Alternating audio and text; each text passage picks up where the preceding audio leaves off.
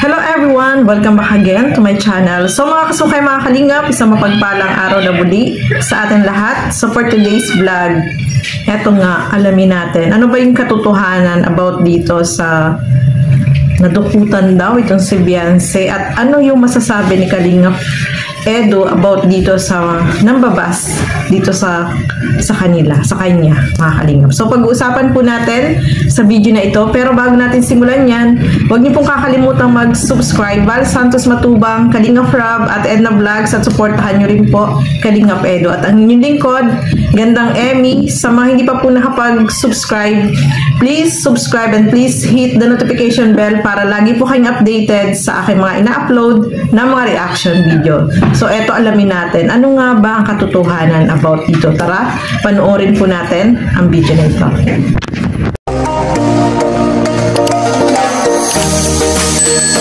Guys lang yan, guys. Mukhang kaunti lang nakuha niya. Baka na, may karma din yun. May karma din yun. May karma din ang mga ganun. Oh, shout out kay Kalingap Topper. Ganda ng lighting. Salamat po. Yan ang pinag-ipunan ta.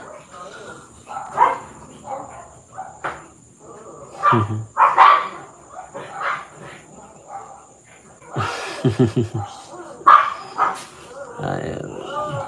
Kuha mo ang accent. Sinira ng imahe ng Hong Kong. Grabe talagang Chinese. Ano talaga, no? Ano, parang Hong Kong tawag dito. Taga Hong Kong talagang gumawa. Ang bihira, nakakaano. Grabe. Kala ko mga walang pakialaman dun eh. Grabe, di ko naasahan. Di ko naman napansin kasi maano eh. Ibang klase sila. Hirap pansinin. Kung nakita ko yun, ano ko yun eh. Nasakal ko yun. Joke lang. Baka pinagsabihan ko yun. Hindi nasama yung passport talaga. Siya nga ba? So, ayan nga, no, mga kasukay, mga kalingap, no, nawalan itong si Beyonce, nadukutan po siya, no. Ayan nga, sabi ni Kalingap Edu na nadukutan. At buti na lang hindi nadala pati yung kanyang passport, no. Sa susunod, no, alam naman natin sa mga lugar na pinupuntahan natin, lalo na hindi natin kabisado, is talagang mag-iingat, no. Kasi nung bago sila umalis, nung nasa MOA po kami, sinabihan namin si Beyonce na ingatan yung gamit, no. Huwag hahayaan na talagang yung gamit ay ingatan. Kasi hindi natin alam. Kagaya niyan, no, nangyari sa kanya na hindi ini-expect, hindi naman kagustuhan na mawala yun, na matukutan siya. Kasi napansin ko kay Beyonce, no, mga kalingap, yung bag niya nasa likod, knapsack yung ginagamit niyang bag. So may tendency talaga na mabilis makuha, mabuksan yung kanyang bag kasi sa likod nakalagay. So kapag ganyan na maraming tao na pupunta tayo sa mga lugar na hindi natin kabisado, hindi natin alam yung mga taong nakasama na sa lamuhan natin, lalo na yan, maraming tao, talagang dapat nasa harap yung bag, no, iingatan natin. Kaya next time, no, kay Beyonce, kapag magta-travel siya, yung mga gamit, yung bag niya, dito sa harap nakalagay, wag sa likod niya. Kasi talagang mananakawan siya doon. Kasi madaling buksan, nasa likod mo. Siyempre, hindi mo naman napapansin kung may nagbukas, lalo na kung yung mga magnanakaw ay eksperto na sa pagnanakaw, sa pagdurukot, hindi mo talaga mamamalayan yun, mga kalingap. At lesson learned na yan sa kanya na next time na mag-travel siya, is iingatan niya, huwag siya maglalagay ng bag sa likod, dito lang sa harap nakalagay para kita niya kung merong magbubukas. Kasi pag sa likod po talaga, hindi mo mamalayan. Yung mga mandurukot na yan, talagang kung eksperto na yan sa pandurukot, eh talagang hindi mo mamalayan. Yung kunyari na siksikan, yung maraming tao, doon yan lumalapit sa mga ganun eh. O pagkakataon na niya mabuksan yung bag sa likod mo, hindi mo mamalayan yun kasi maraming tao. So sa susunod, dapat ingatan, no, mag-safety, especially yung bag, no, nandun yung mga importanteng gamit mo na dapat talaga nasa harap nakalagay yung bag mo. Kaya next time, no, lesson learned na yan, no? So, nakuha po sa kanya ay ampaw, yung mga ibinigay sa kanya ng mga nagmamahal na supporter na nandoon sa Hong Kong. Buti nga daw po yung passport ay hindi nadala. So, yung pera naman is mapapalitan pa naman yan, no, mga kalingap. Buti na lang yung passport hindi nakuha, no. Kaya, next time, ingat-ingat talaga, no. At ayun nga, sabi ni Kalingap Edo dyan, karma, makakarma din yun, no. Makakarma din po yun, no, mga kalingap. Kasi nagnakaw siya, kumuha siya ng hindi niya sarili niyang pera, no. Kaya, ayan, kailangan talaga mag-iingat, especially sa mga lugar na hindi mo pa kabisado at sa mga lugar na maraming tao, kasi alam natin kapag ganyan, marami talagang tao at hindi mo mamalayan na mayroong nagkaano sa iyo na ayun nga, may nandurukot na sa iyo, hindi mo na malayan. Lalo na sa likod pa nakalagay yung bag. So next time, sa harap na lang ilagay yung bag, no, mga kalingap. So ituloy pa po natin. Share na kung ano pinagsasabi. Mga ano yan, mga maraming time sa buhay, para magsaliksik at kung ano. Bahala sila, guys, kung anong gusto nilang, wala, okay lang. Ako, wala akong nababasa, na kasi hindi ko naman pinag-aanohan yan. Hindi ako masyado nagtitingin sa mga comments ng pag alam kong masama, umpas na agad. Sanay na ako sa bashing.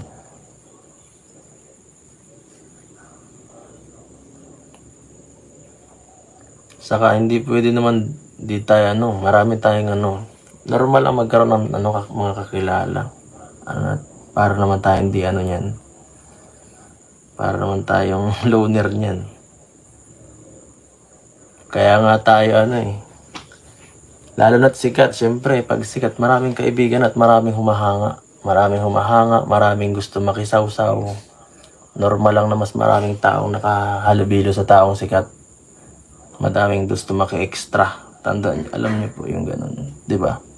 Maraming gustong kumuha ng attention kapag sikat. Kaya ganun talaga. Normal lang po yung bashing. Kaya hayaan niyo na lang po 'yan. Wala, guys, kailangan sabihin, labas siya sa vlog. Saka yung tao na expose sa sukmed. Yun po ang dahilan. Kahit anong sabihin ko na kaibigan, di kayo makikinig. So, ano pang point? Ayun, guys. Last na yun, guys, na magsasalita ako ng mga ganyan sa issue. Erase na lang. Bahala na kayo po. Hindi na tayo pasensya na po sa mga ha. Ang kanilang oras kaya sa atin Ako sa mga bashing, magbasa-basa na lang tayo ng Bible para maganda. So about naman dito sa mga nambabas si Kalingap Edo, narinig nyo naman po yung sinabi ni Kalingap Edo dyan, mga kalingap, na minsan na lang siyang, ito huli na niyang pagsasalita about dito, mga kalingap.